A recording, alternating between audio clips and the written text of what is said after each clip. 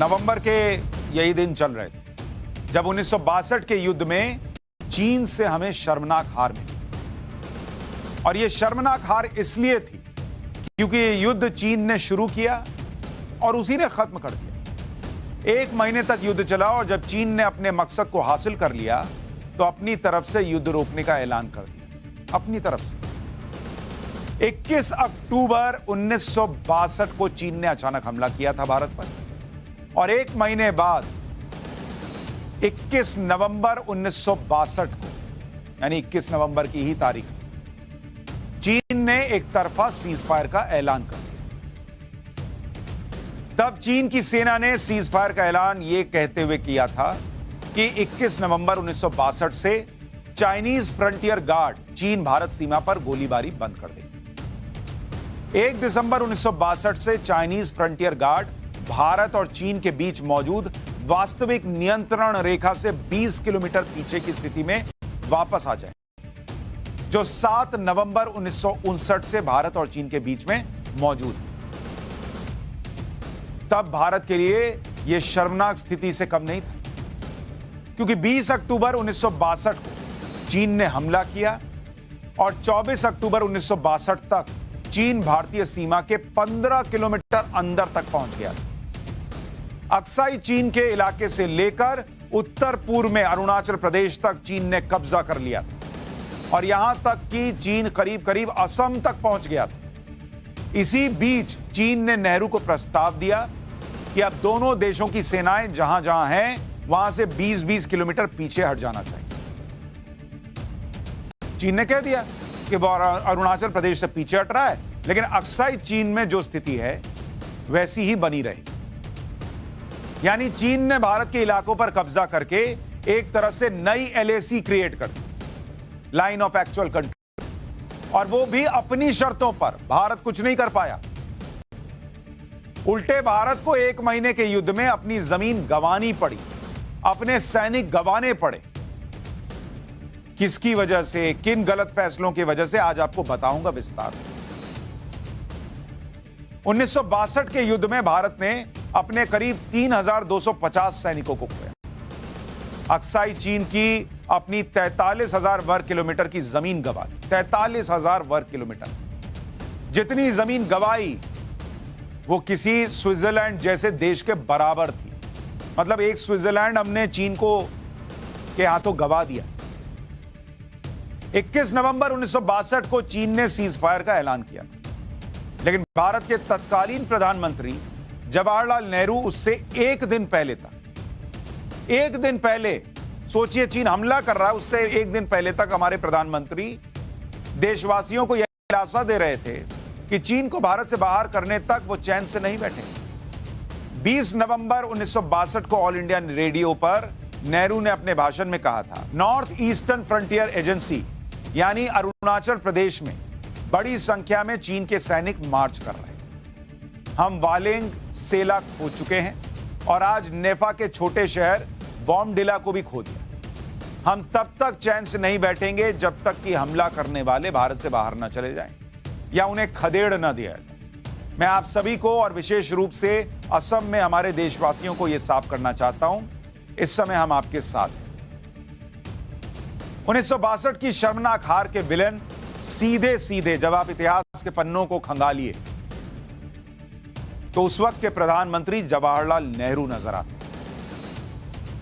क्योंकि अगर नेहरू ने शुरुआत में ही चीन को पहचान लिया होता और 10 साल बर्बाद न किए होते, चीनी भाई भाई का राग ना अलापा जा रहा होता। चीन किसी का भाई हो ही नहीं सकता।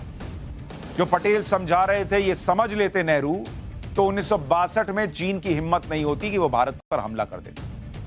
लेकिन नेहरू गलतियां पर गलतियां किए जा रहे। 1 अक्टूबर 1949 को जब पीपल्स रिपब्लिक ऑफ चाइना बना और कम्युनिस्टों का चीन पर राज आया, तो भारत उन कुछ देशों में था जिसने चीन को मान्यता दी। नेहरू सोचते थे कि भारत और चीन एशिया के 2 बड़े देश हैं और मिलकर काम करें, लेकिन चीन के माइंडसेट को नेहरू ने ध्यान में रखा ही नहीं। 1950 में जब चीन ने उस तिब्बत पर हमला कर दिया, जो तिब्बत कभी चीन का हिस्सा था ही नहीं, तब भी नेहरू अलर्ट नहीं हुए। और चीन से शांति की बातें कर रहे थे। इसको शांति समझ में आती है, ये नेहरू समझ ही नहीं पाए। और ऐसा नहीं था कि उनको समझाने वाला कोई नहीं था। सरदार पटेल ने चीन को लेकर नेहरू को सावधान किया, लेकिन नेहरू ने पटेल की बात नहीं मानी। सरदार पटेल ने 7 नवंबर 1950 को नेहरू को एक चिट्ठी लिखी और उसमें उन्होंने जवाहरलाल नेहरू से कह दिया था 1950 में कि चीन शांति की बात करके हमें धोखा देने की कोशिश कर रहा है। वो हमारे राजदूत के मन में झूठा भरोसा बैठाता है कि तिब्बत मामले का शांतिपूर्ण समाधान होगा। मेरे हिसाब से चीन की हरकतें विश्वासघात करने से कम नहीं है। हम चीन को दोस्त मानते हैं, लेकिन चीन हमें दोस्त नहीं मानता। ये सरदार पटेल 1950 में नेहरू को बता रहे हैं। लेकिन नेहरू साहब की आंखों पर जैसे पर्दा पड़ा। वो पर्दा कब खुला? 1962 में, जब भारत युद्ध हार गया और भारत की जमीन चली गई। पटेल कह रहे हैं कि चीन की सोच यह है कि जो उनके साथ नहीं है वो उनका दुश्मन है। हमें इस पर ध्यान देना चाहिए। हमारा पूरा डिफेंस कैलकुलेशन अब तक पाकिस्तान की सीमा पर रहा है, लेकिन अब हमें उत्तर और उत्तर पूर्व में कम्युनिस्ट चाइना का सामना करना है। उत्तर और उत्तर पूर्व से नया खतरा बढ़ रहा है और सदियों बाद पहली बार भारत को 2 फ्रंट वॉर, 2 फ्रंट पर एक साथ ध्यान देना होगा। कम्युनिस्ट चीन के तय उद्देश्य हैं और यह उद्देश्य किसी भी तरह से हमारे प्रति मित्रतापूर्ण नहीं है। 1950 में सरदार पटेल ने चिट्ठी लिखकर नेहरू जी को बता दिया, यह हमारा दोस्त हो ही नहीं सकता। नेहरू जी ने कितना सुना, आप इसका अंदाजा लगा सकते हैं 1962 के युद्ध। 11 नवंबर 1950 को पटेल ने अपने आखिरी भाषण में भी कहा, दुनिया में तिब्बत जैसा शांति प्रिय देश कोई नहीं है, लेकिन चीन ने अपनी सेना तिब्बत भेज दी। भारत ने तिब्बत मामले के शांतिपूर्ण समाधान के लिए चीन को सलाह दी थी, लेकिन चीन ने भारत की बात नहीं मानी और अपनी सेना तिब्बत भेज दी। चीन तिब्बत में विदेशी ताकतों के दखल की बात कर रहा है, लेकिन किसी भी बाहरी की तिब्बत में रुचि नहीं। कोई भी यह नहीं बता सकता कि चीन के इस कदम का नतीजा क्या निकलेगा, लेकिन ताकत का इस्तेमाल डर और तनाव को पैदा करता है। यह बहुत मुमकिन है कि कोई देश अपनी सैन्य मजबूती और अपनी ताकत के नशे में चूर हो जाए तो वो सभी मुद्दे पर शांतिपूर्ण समाधान के बारे में नहीं सोचता। यानी इस भाषण में भी पटेल साहब देश को, नेहरू जी को आगाह कर रहे थे कि चीन भरोसे के लायक नहीं। और इसके कुछ ही दिनों बाद सरदार पटेल का निधन हो गया और उसके बाद जवाहरलाल नेहरू को रोकने टोकने वाला, समझाने वाला जैसे कोई था ही। सरदार पटेल ही नहीं, उस वक्त के आर्मी चीफ जनरल करियप्पा ने भी चीन के खतरे को लेकर नेहरू से बात की। जनरल करियप्पा 1949 से 1953 तक कमांडर इन चीफ। 1962 की लड़ाई में अरुणाचल प्रदेश में तैनात रहने वाले मेजर जनरल अशोक कल्याण वर्मा ने अपनी किताब रिवर्स ऑफ साइलेंस में लिखा है कि जनरल करियप्पा ने तिब्बत पर चीन के हमले के बाद मैकमोहन बॉर्डर और नेफा पर इसके असर को लेकर नेहरू से बात की। जनरल करियप्पा ने फौरन कुछ कदम उठाने की सलाह दी और नॉर्थ ईस्टर्न फ्रंटियर एजेंसी, जिसे नेफा कह रहे हैं, NEFA, इसके लिए अपना प्लान समझाया। जनरल करियप्पा को सुनने के बाद नेहरू ने जनरल करियप्पा से इन सारी बातों का कारण पूछा तो जनरल करियप्पा ने कहा कि हो सकता है कि चीनी सेना ने उस क्षेत्र यानी नेफा के लिए कोई हमलावर योजना बना रखी। इस पर नेहरू भड़क गए जनरल करियप्पा पर और मेज पर हाथ पीट कर कहा, यह कमांडर इन चीफ का काम नहीं है कि वो प्रधानमंत्री को यह बताए कि कौन हम पर हमला करने वाला। अरे तो किसका काम है भाई?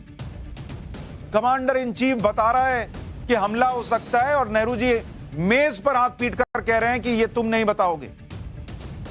वास्तव में चीन हमारे ईस्टर्न फ्रंटियर की सुरक्षा करेगा, आप सिर्फ कश्मीर और पाकिस्तान पर ध्यान दीजिए। यह नेहरू जी ने कह दिया है, किताब में लिखा है।